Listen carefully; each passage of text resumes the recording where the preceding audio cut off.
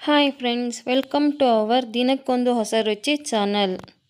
ಇವತ್ತೊಂದು ಗೆಣಸಿನಲ್ಲಿ ಮೊಸರು ಸಾಸಿವೆ ಮಾಡೋದು ಯಾವ ಥರ ಅಂತ ನೋಡ್ಕೊಂಬರೋಣ ಬನ್ನಿ. ನಾನಿಲ್ಲಿ ಕುಕ್ಕರ್ಗೆ ಗೆಣಸನ್ನ ಬೇಯಕ್ಕಿಟ್ಟಿದ್ದೀನಿ. ಅದು ಬೇಯೋ ಹೊತ್ತಿಗೆ ಒಂದು ಮಸಾಲ ಮಾಡ್ಕೊಂಬರ್ಬೇಕು. ಅದು ಯಾವ ಥರ ಅಂತ ನೋಡ್ಕೊಂಬರೋಣ. ಸೀಸರ್ಗೆ 1 ಕಪ್ ಕಾಯಿ ತುರಿ, ಖಾರಕ್ಕೆ ತಕ್ಕಷ್ಟು ಹಸಿಮೆಣಸಿನ್ಕಾಯಿನ ಹಾಕಿ ಚಟ್ನಿ ರೂಪದಲ್ಲಿ ಮಾಡ್ಕೊಂಬರ್ಬೇಕು. ನಾನು ತೋರಿಸಿದ್ದೀನಲ್ಲ ಹಾಗೆ. ಈಗ ಒಂದು ಸಿಂಪಲ್ ಒಗ್ಗರಣೆ ಮಾಡ್ಕೋಬೇಕಷ್ಟೇ. ಒಂದು ಪ್ಯಾನ್ಗೆ ಸ್ವಲ್ಪ ಎಣ್ಣೆ ಹಾಕಿ ಕಾದ್ಮೇಲೆ ಸ್ವಲ್ಪ ಸಾಸಿವೆ ಇಂಗು ಹಾಕಿ ಒಗ್ಗರಣೆ ಮಾಡಿದರೆ ಆಯಿತು ಅಷ್ಟೇ.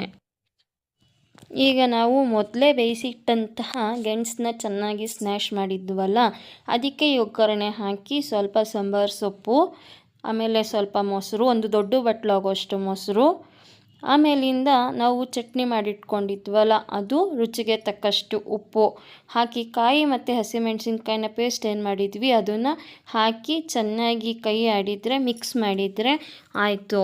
ನಮ್ಮ ಮೊಸರು ಸಾಸಿವೆ ರೆಡಿ ಆಯಿತು. ಚೆನ್ನಾಗಿ ಮಿಕ್ಸ್ ಮಾಡಬೇಕು.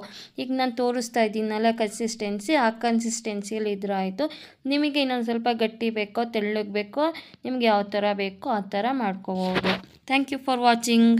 ಇದೇ ಥರ ಮತ್ತೊಂದು ಹೊಸ ರುಚಿಯೊಂದಿಗೆ ಬರುತ್ತೇನೆ. ಧನ್ಯವಾದಗಳು.